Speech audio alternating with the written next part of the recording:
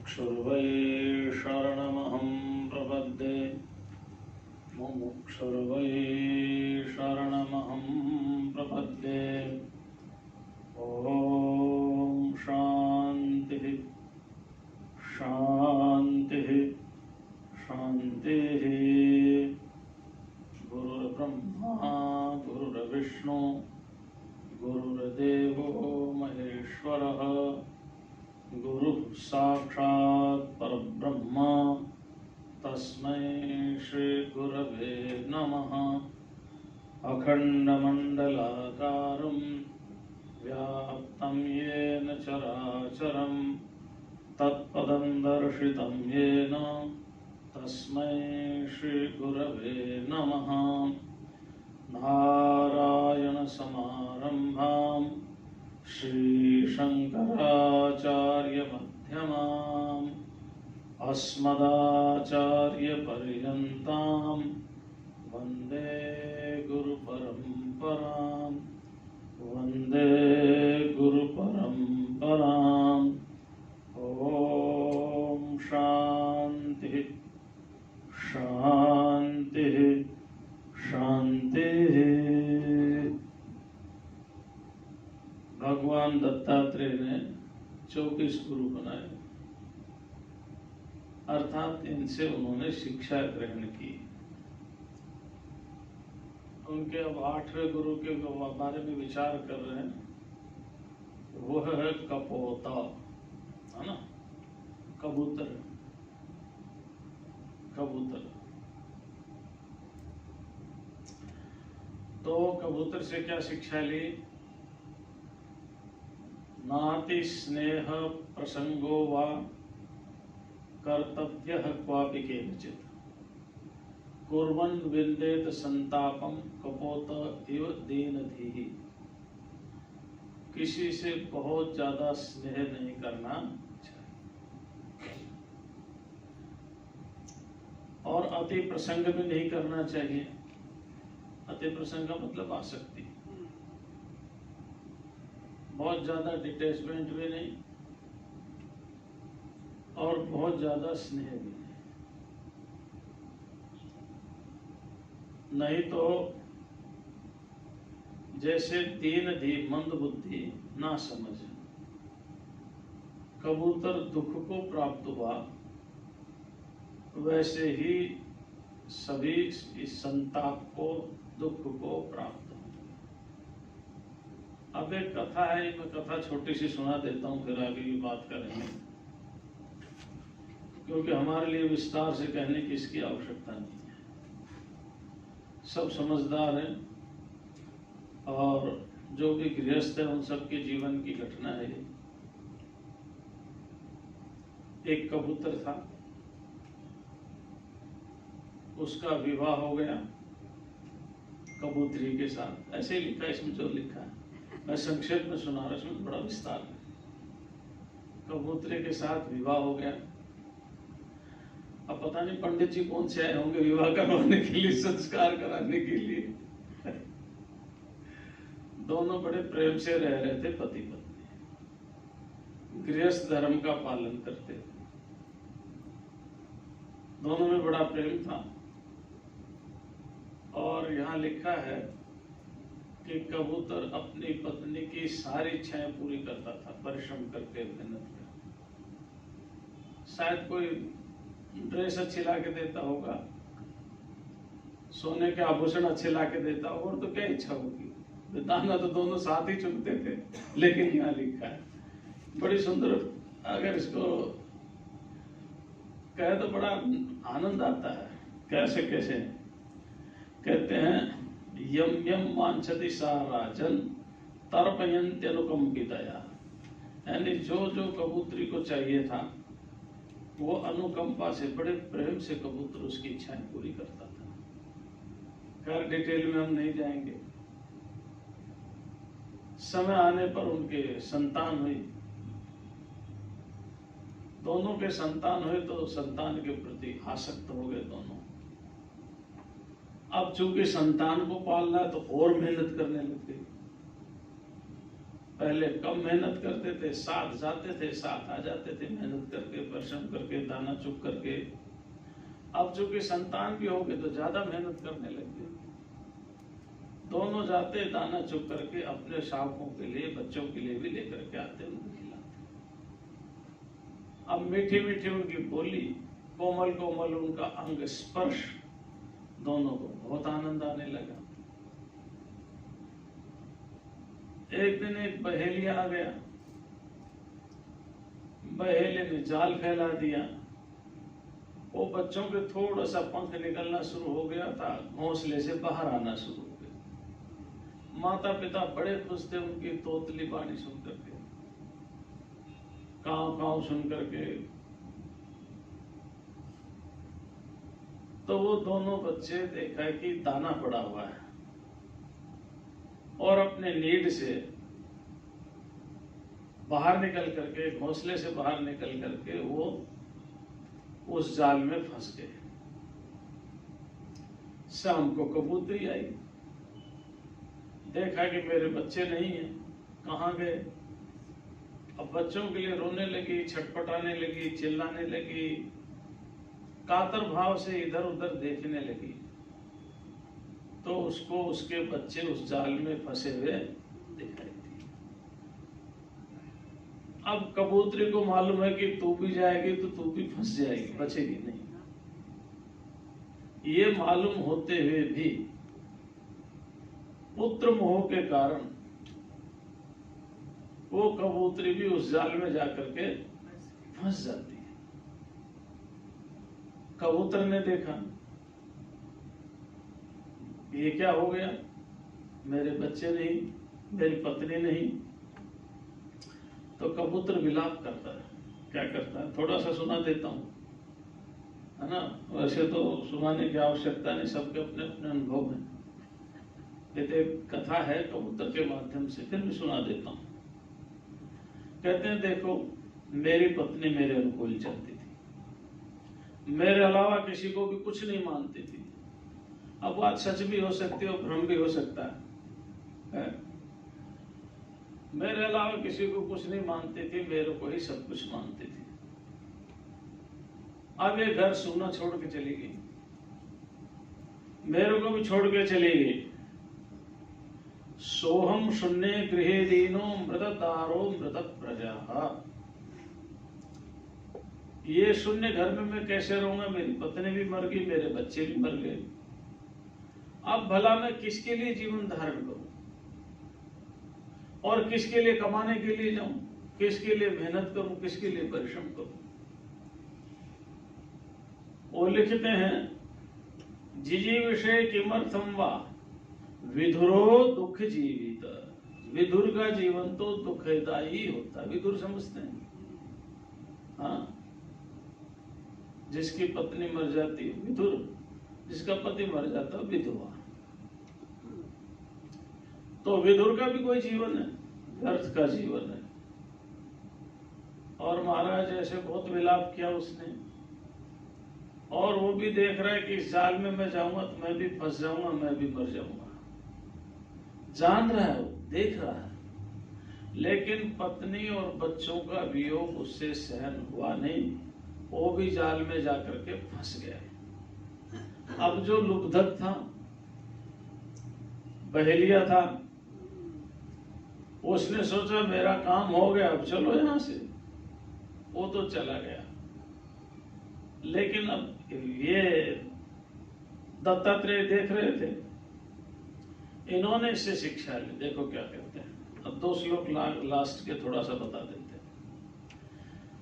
एवं कुटुंब शांतात्मा द्वंद्वा रामः पतत्रिवत् उष्णं कुटुंबं कृपणः सानुबंधो अवसीदति। देखो, कुटुंब शांतात्मा, कुटुंबी शांत अशांत आत्मा, कुटुंबी अशांत आत्मा। जो कुटुंबी होता है, कुटुंब जिसके पास होता है ना, जो परिवार होता है, बाल बच्चे वाला होता है, वो क्या होता है, अशांत आत्मा होता है। बेचारे को दुखी झेलना पड़ता है, बड़ा मुश्किल है।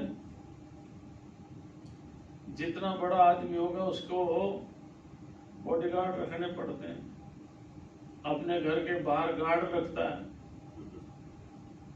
लेकिन दुखी तो है ही नहीं, तो गार्ड रखने की क्या जरूरत है। आजकल तो अरे गृहस्थी की तो छोड़ दो बात, आजकल तो महात्मा भी बॉडीगार्ड रखते हैं, महात्मा भी बॉडीगार्ड रखते हैं आजकल, क्योंकि मठ बड़ा है, पैसे ज्यादा हैं, और देखो जहां संपत्ति तहां विपत्ति विधान है ना।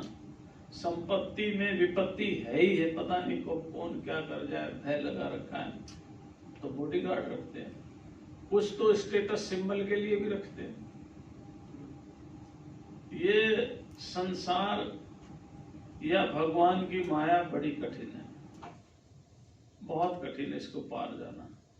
दुरत्यया, दुरत्यय मतलब जिसको पार पाना कठिन है। तो इसमें कैसे कैसे फंस जाते हैं। कबीरदास ने शायद ठीक ही लिखा होगा अपने समय में, माया महाठगनी मैं जानी, जोगी घर जोगिन बैठी राजा घर रानी, माया महाठगनी मैं जानी। शायद पलटू राम ज्यादा अच्छे रहे, पलटू राम ने उनके विपरीत लिख दिया कि हे माया, अब तुम्हारी दाल हमारे यहां गलने वाली नहीं है। क्यों? क्योंकि हमने उनका आश्रय ले लिया जहां माया पास आती ही नहीं है। तुम खेलो कूदो कहीं और, हमारे पास मत आना, क्योंकि हमारे पास तुम्हारी दाल गलने वाली नहीं है, माया है महाराज। हम तो इसलिए समझाते हैं कि शायद कुछ समझ में आ जाए, कुछ ढीली पड़ जाए, शिथिल पड़ जाए माया। छूटना तो बहुत मुश्किल है, शिथिल ही पड़ जाए।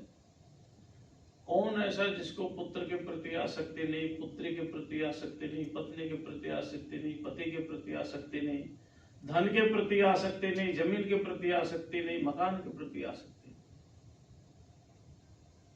सबको है।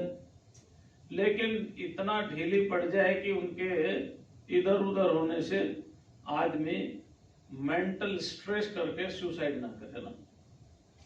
इतना तो ढीला उपदेश से पढ़ ही जाना चाहिए, समझ में आ जाना चाहिए, चीज तो आने जाने वाली है। मेरा शरीर ही मेरे साथ नहीं देगा, दूसरा तो कौन देगा सब। एक दिन मेरा देह ही मेरे से छूट जाएगा, दूसरा कौन साथ देगा। तो कम से कम इतनी समझ आ जाए इस उपदेश से, उतना भी बहुत है। तो वहां लिखा है जो कुटुंबी होते हैं अशांत आत्मा होते हैं, है ना। इसलिए जीवन भर संग्रह ही करते थे। और क्या होते, द्वंद्वाराम, द्वंद्व उनके जीवन में रहता, कभी सुख कभी दुख, कभी सुख कभी। कई तरह के द्वंद्व हैं। जैसे पक्षी के जीवन में द्वंद्व था, और इन कुटुंब के भरण पोषण में ही पक्षी की तरह से अपना जीवन गंवा देता है। यह प्राप्य मानुषम लोकम मुक्ति द्वारम अपावृतम। अरे मनुष्य का शरीर जो मुक्ति का द्वार है, मनुष्य का शरीर जो मुक्ति का द्वार है, ऐसे मनुष्य शरीर मुक्ति के द्वार को प्राप्त करके भी जो भगवान की शरण में नहीं जाता, मुक्ति के लिए प्रयत्न नहीं करता, उस कबूतर की तरह से आरूढ़च्युत है। आरूढ़च्युत माने बहुत ऊपर तो उड़ गया, लेकिन एकदम धड़ाम दे नीचे गिर गया, है ना। इसलिए बहुत अधिक स्नेह नहीं करना चाहिए।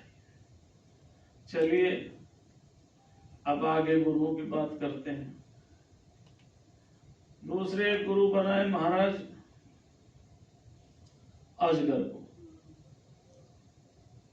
अजगर को बनाया, क्या कहते, पाइथन। अजगर को गुरु बनाया। हैं? क्रोकोडाइल। अच्छा ठीक है। अजगर को क्या क्रोकोडाइल, मगर को क्रोकोडाइल।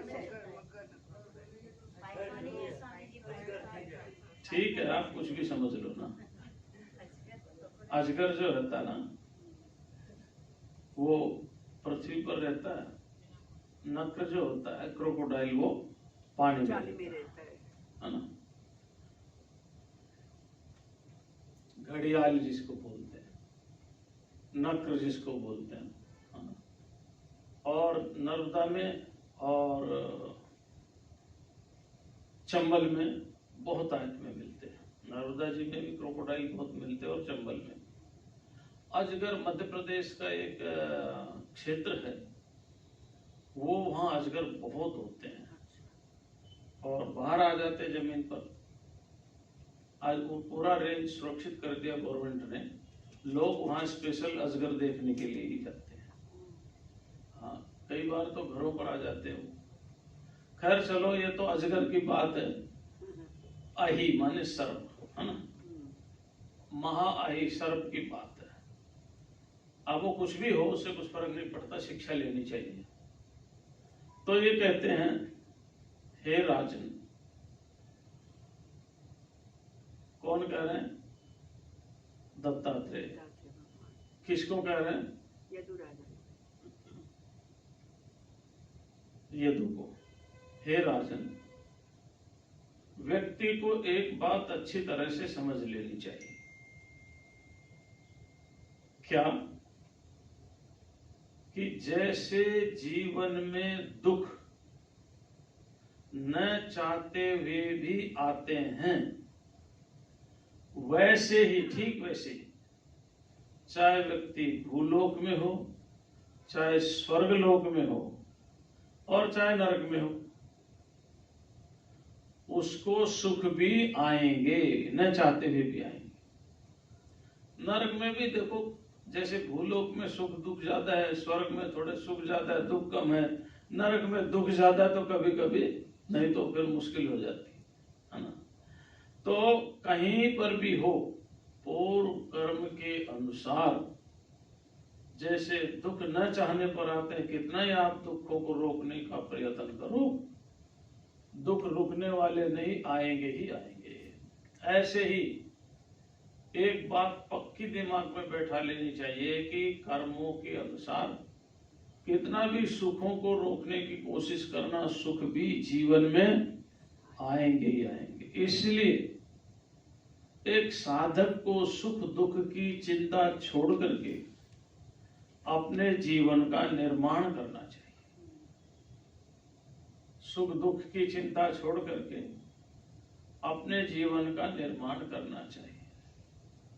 वैसे देखो, भगवान ने हमें बुद्धि दी है, बुद्धि का भी प्रयोग करना चाहिए। ऐसा नहीं कि सुख दुख तो मिलेंगे, तुम पड़े रहो समुद्र के किनारे जाकर के, है ना, ठीक है। बुद्धि का भी प्रयोग करना चाहिए। हाथ हमें दिए हैं, ये कर्म का भी प्रयोग करना चाहिए। कर्मेंद्रियां हैं, ज्ञानेंद्रियां हैं, सबका प्रयोग करना चाहिए और सुव्यवस्थित ढंग से रहना चाहिए। चिंता नहीं करनी चाहिए, चिंतन करना चाहिए। तो कहते कैसे, देखो, ग्रासम सुमृष्टम विरसम महांतम स्तोक में वा यदृच्छैवापतितम ग्रसेद आजगरो अक्रिय। जैसे अजगर बिना क्रिया वैसे ही पड़ा रहता, उसके पास ही कोई चल करके आ जाए तो खा लेता, नहीं तो पड़ा रहता है। जैसे अजगर, हो सकता दत्तात्रेय के समय बहुत भारी भारी अजगर रहे, क्योंकि जंगल ही था पूरा। अब छोटे हो गए हों, पतले हो गए हों, दुबले हो गए हों, है ना, लेकिन उन्होंने इस अजगर के लिए महाअही शब्द का प्रयोग किया। किसका किया? महाअही, बहुत बड़ा सांप। तो बहुत बड़े रहे होंगे उन समय, उनके समय। तो जैसे अजगर कुछ भी नहीं करता, करता कुछ काम अजगर? हाँ, अजगर करे न चाकरी, पंछी करे न काम, सबके दाता सबके दाता है ना।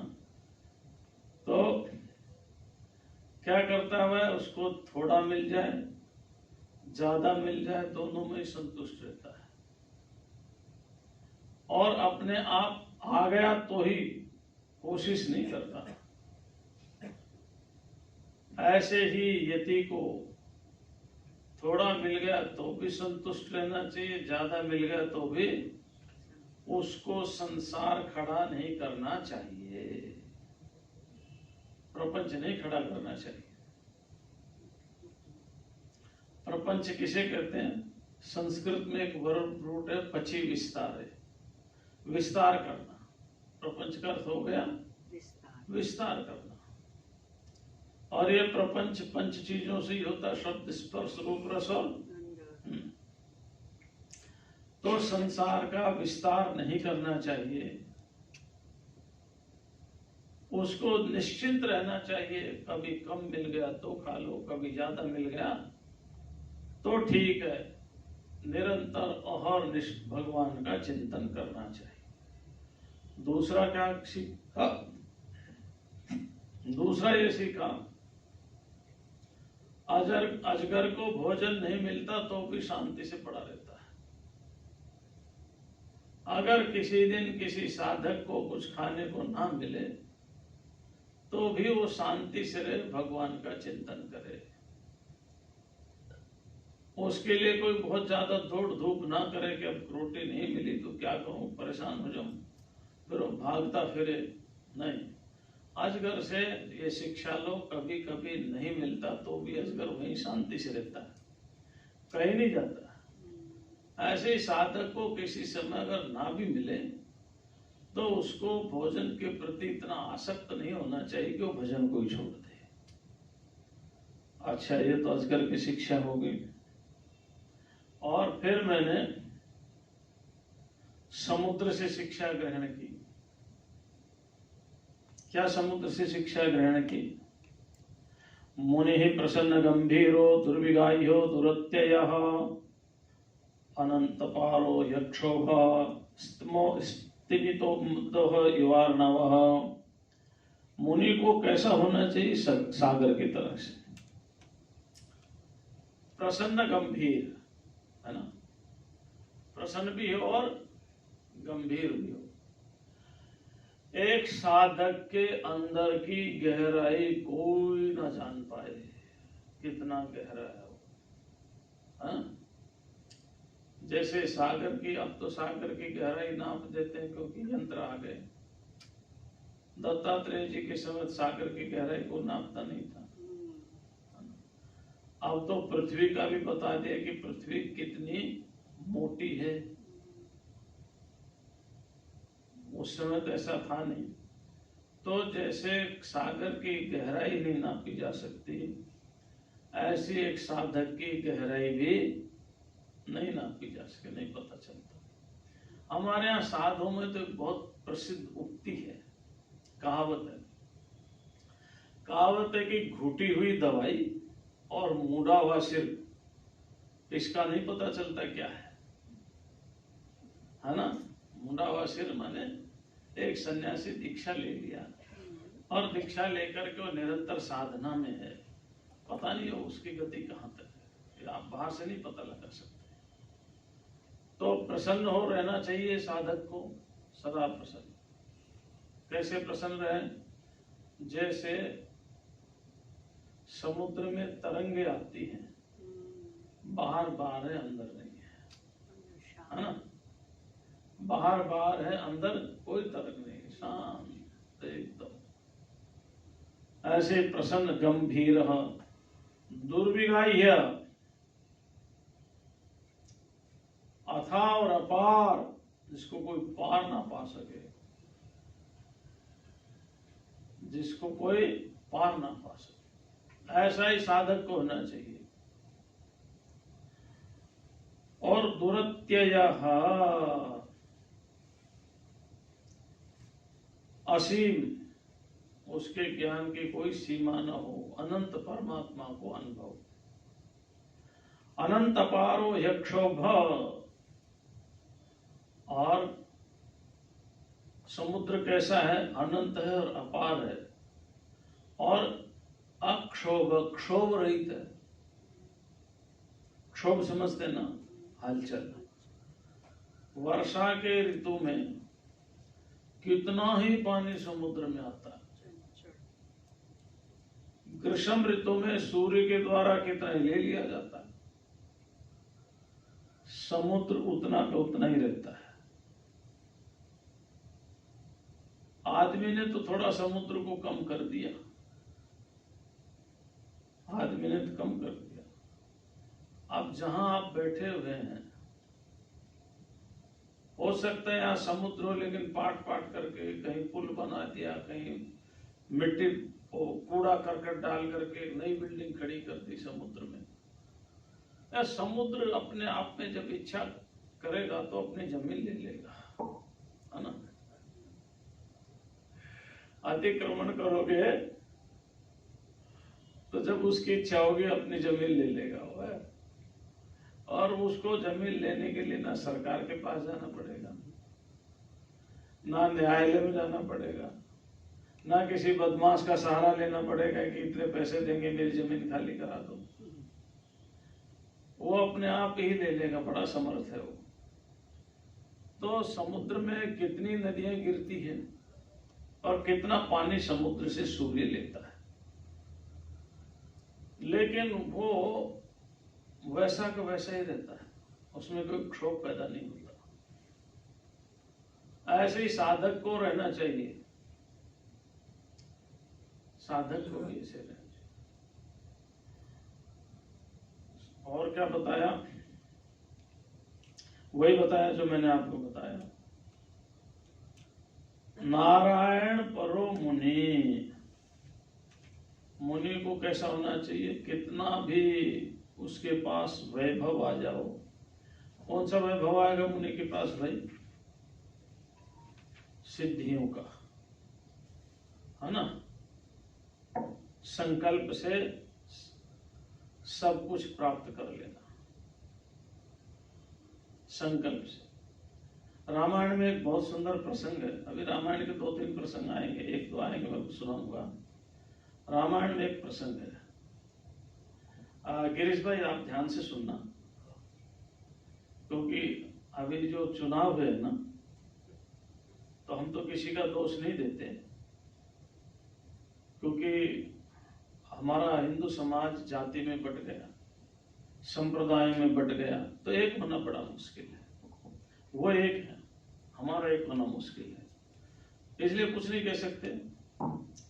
पर एक प्रसंग है रामायण का, जिस समय राम का वनवास हुआ और राम जी चित्रकूट रहने लग गए, उस समय भरत जी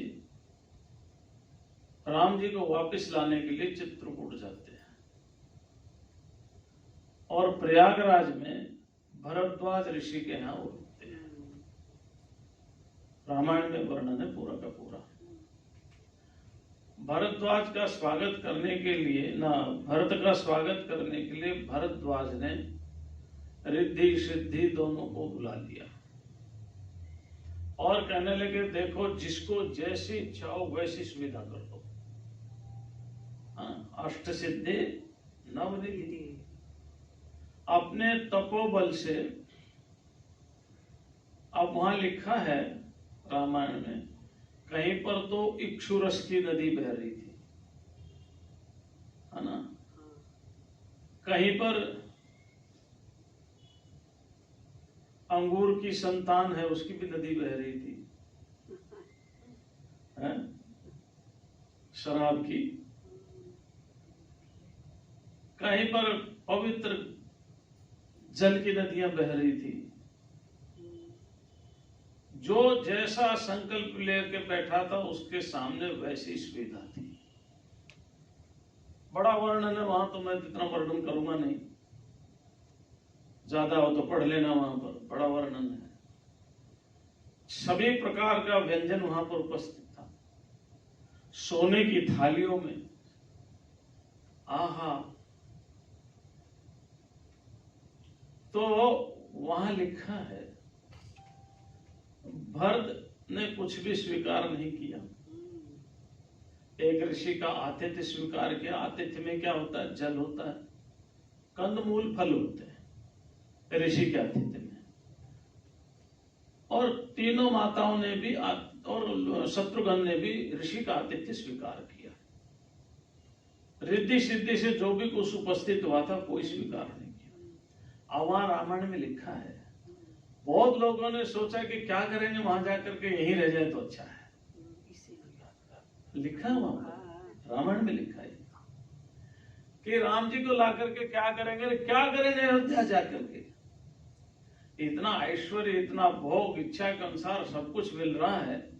जो जैसा चाहता था उसको वैसा ही मिलता था, और जो चाहता था वही मिलता था। जो चाहता था वही मिलता था, जैसा चाहता था वही सही मिलता था। अब वो कह रहे हैं कि क्या करेंगे अयोध्या में जाकर के, और क्या करेंगे चित्रकूट में जाकर के भरत जी के साथ, यही रहो, यही आनंद लो। तो ऐसे टेम्पटेशन में, लोभ में मुनि को नहीं आना चाहिए। कितनी भी सिद्धियां उसके पास आ जाए, है ना, कितना भी कुछ आ जाए, तो जैसे भरत थे, राम जी के सामने चमत्कार नहीं दिखाया भरद्वाज ने, क्योंकि उनको तो मालूम है ये तो वनवास जा रहे हैं। अयोध्या वासियों को इसलिए दिखाया कि ये राम के प्रेम में जा रहे थे, इनका स्वागत होना चाहिए। समझ रहे ना? भरद्वाज ने अपनी सिद्धि दिखाने के लिए व्यवस्था ही नहीं की। ये राम के प्रेम में डूबे हुए हैं, तो राम के प्रेम में डूबे हुए तो मैं उनकी सेवा करूं, इसलिए सिद्धियां दिखाई। पर वहां तो ज्यादातर कहने लगे क्या करेंगे जाकर के, यहीं रह जाओ। ये अयोध्या वासियों की रामायण में लिखा हुआ है। कौन सी रामायण में? वाल्मीकि रामायण। रामायण तो वाल्मीकि है, गोस्वामी जी का तो रामचरितमानस है ना? तो वहां वर्णन है।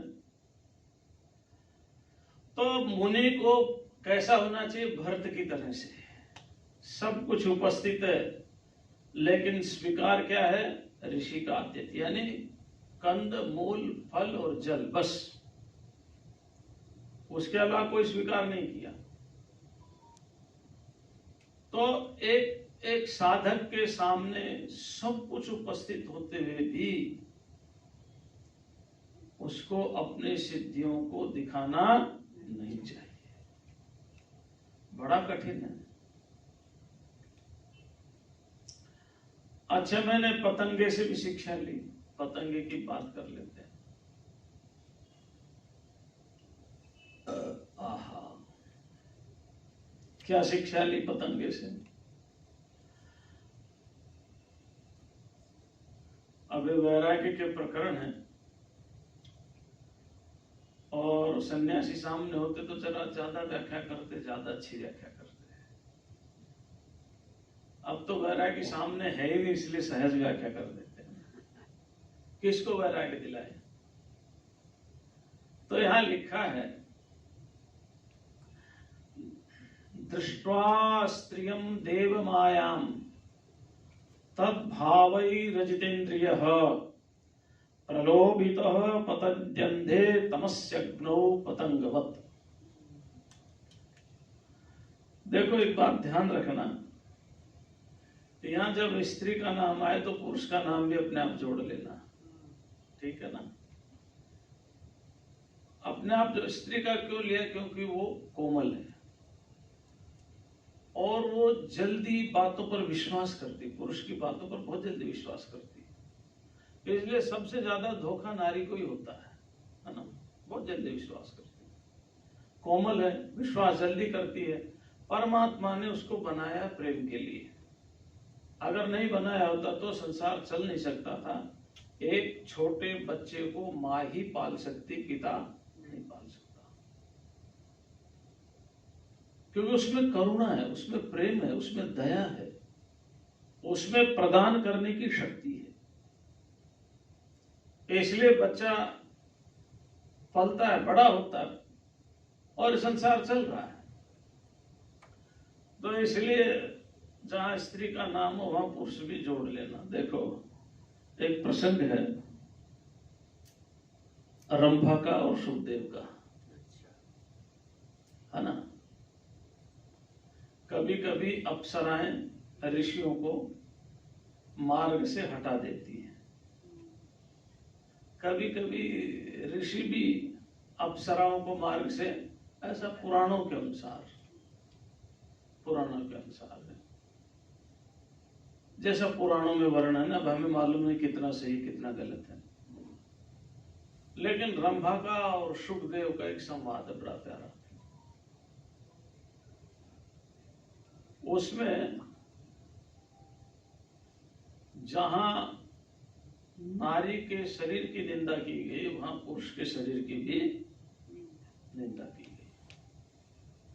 तो एक दूसरे का आकर्षण है, विपरीत आकर्षण है। इसलिए बहुत व्याख्या नहीं समझना है कि ये स्त्रियों के लिए लिखा है। तो मैं इसीलिए कह रहा था कि अगर महात्मा होते तो इसकी व्याख्या करने में जरा ज्यादा मजा आता है ना। तो कहते हैं देव मायाम स्त्रियम, स्त्री क्या है? भगवान की माया है। माया क्या करती है? माया जो वास्तविकता होती है उसको छिपा लेती है, और जो अवास्तविकता होती है उसको प्रकट कर देती है, बंधन कर देती है। यही तो माया का काम है ना, यही काम है, आवरण और विक्षेप, यही माया का काम है। तो जो अजितेंद्रिय होता है, जिनका मन वश में नहीं होता, और मन तो देखो रामायण में बड़ी सुंदर बात कही, बड़ी प्यारी बात कही। रामायण में कहा है कि जिसके माता पिता संयम पर है,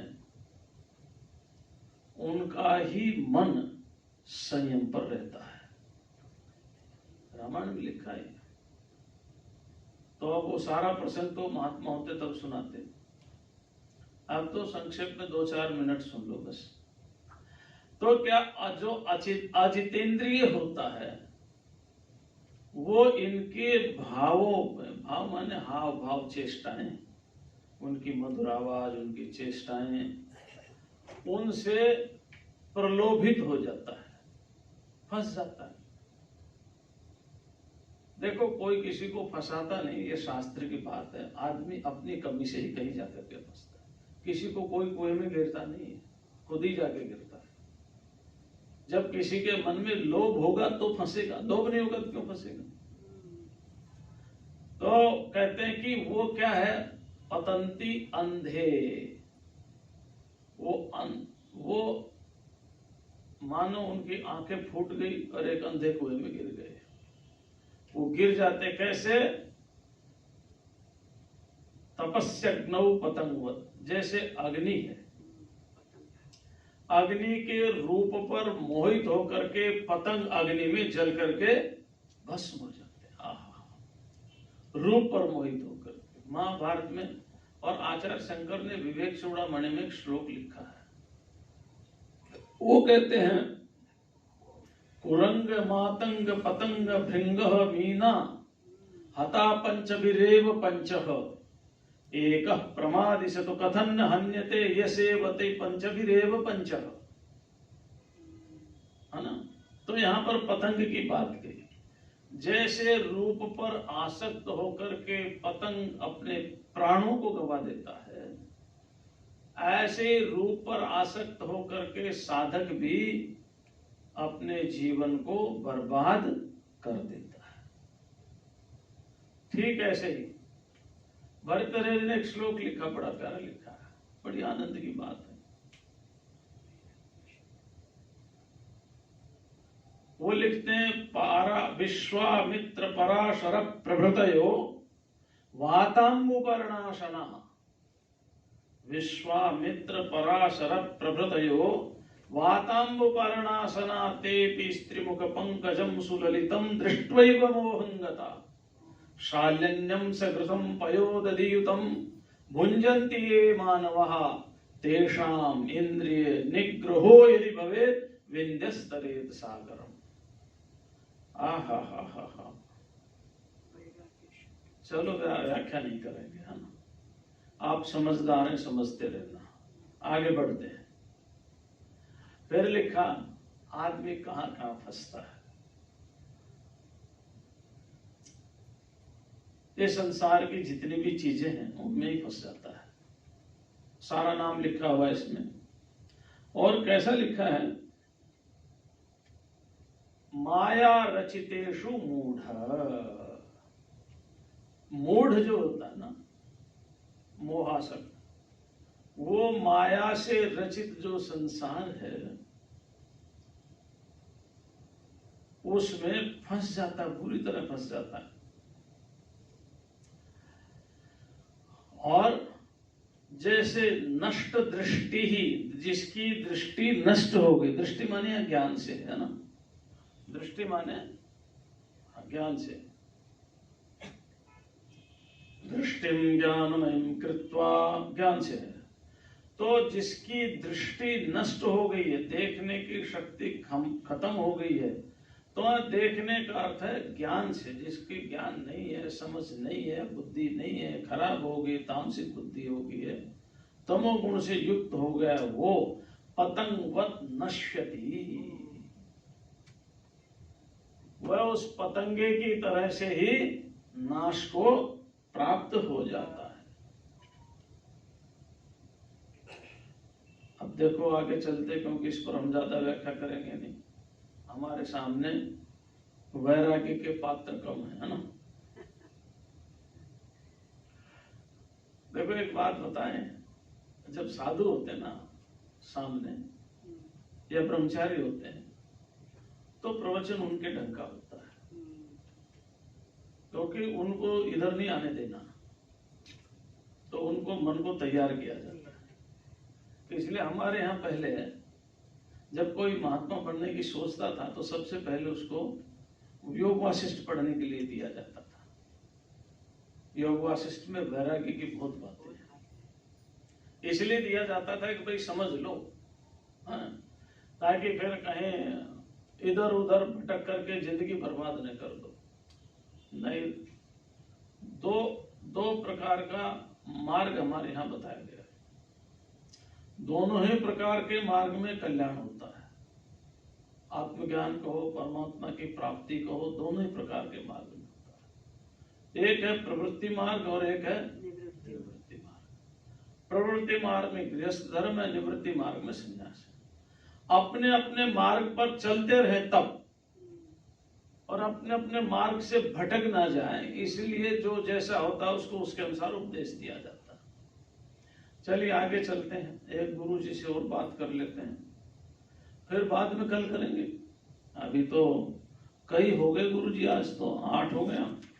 एक समुद्र, 9 अजगर और 10वां समुद्र और 11वां पतंग, ये 12वें गुरु जी हैं।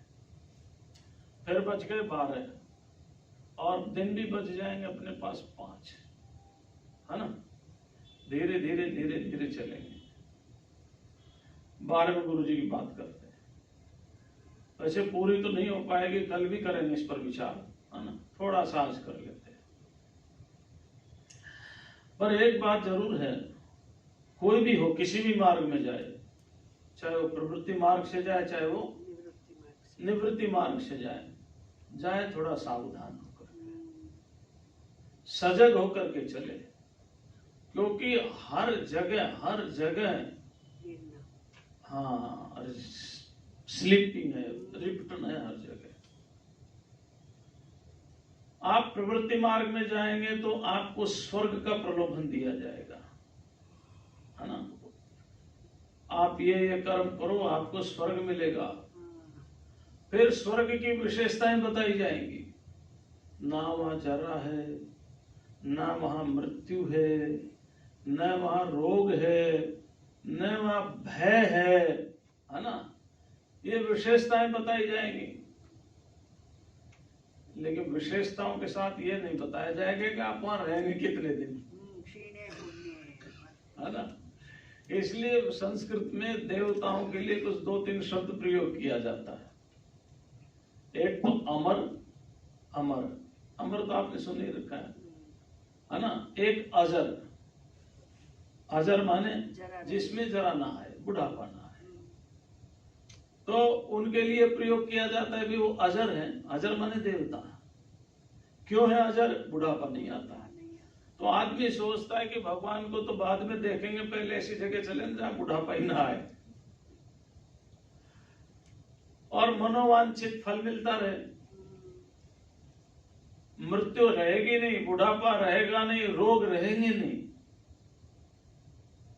ऐश्वर्य ही ऐश्वर्य रहेगा। एक टेम्पटेशन है, और जो सत्कर्म करता है उसको सत्फल तो मिलता ही है, इसमें भी दो राय नहीं है। आपने देखा होगा, बहुत से राजाओं का आपने जीवन पढ़ा होगा, बहुत से राजाओं का पढ़ा होगा कि उनके पास इंद्र आते हैं कि चलो आपको स्वर्गलोक ले चलते हैं। वो कहते हैं नहीं, स्वर्गलोक नहीं जाना। कहां जाओगे? यहीं रह करके मैं अपना आत्म कल्याण करूंगा। जो श्रेष्ठ पुरुष हैं, जिनका अंतःकरण पवित्र है, वो किधर जा रहे हैं? ये तो कुछ प्रारब्ध कर्म पर रहता है। कर्म जब बलवान हो जाता है तो कोई किसी को सन्यासी बनाता नहीं, अपने आप बनता है। कोई माता पिता नहीं कहते कि मेरा बेटा सन्यासी हो जाए। एक बार हमने एक माँ से पूछा, माँ तुम्हारे कितने बेटे हैं? बोलो महाराज पहले तो 4 थे, अब 3 रह गए। हमें बड़ा दुख हुआ। मैंने कहा हो, एक कैसे मर गया? बोले महाराज नहीं, वो महात्मा बन गया। मतलब आप देखो, तो कोई नहीं चाहता कि मेरा बेटा सन्यासी बने, लेकिन बन जाते हैं, क्योंकि पूर्व जन्म के प्रबल कर्म फल के अनुसार उनकी गति उधर हो जाती है। तो कौन किधर जा रहा है इस बात पर नहीं ध्यान जाना, ध्यान ये जाना है कि जिधर हम जा रहे हैं उधर हम सावधान है या नहीं। दोनों ही जगह कल्याण है। अच्छा एक बात बताओ, राजा जनक गृहस्थी थे या सन्यासी थे? गृहस्थी थे ना। और एक पुराण में कथा आती है, अब वो पता नहीं कौन से राजा जनक की होगी। पुराण में कथा ऐसी आती है कि व्यास ने सुखदेव जी को राजा जनक के यहाँ उपदेश लेने के लिए भेजा। एक कथा आती है। अब कौन से जनक के पास भेजा होगा, क्योंकि जनक तो उपाधि होगी। और जब विवाह हुआ तो शतानंद ने पूरा का पूरा वंशावली गाई है, रामायण में लिखा है। और धनुष के बारे में भी बताया कि धनुष यहाँ कैसे आया, कहां से आया, पूरा वर्णन है वहां पर। तो वो तो उपाधियां थी, लेकिन एक गृहस्थ के पास, एक राजा के पास, एक विरक्त को व्यास जी ज्ञान लेने के लिए भेज रहे हैं। अच्छा ये तो चलो बात होगी पुराणों की। उपनिषदों में अशुपति के पास कौन गए? और गाड़ीवान रैक्मुनि।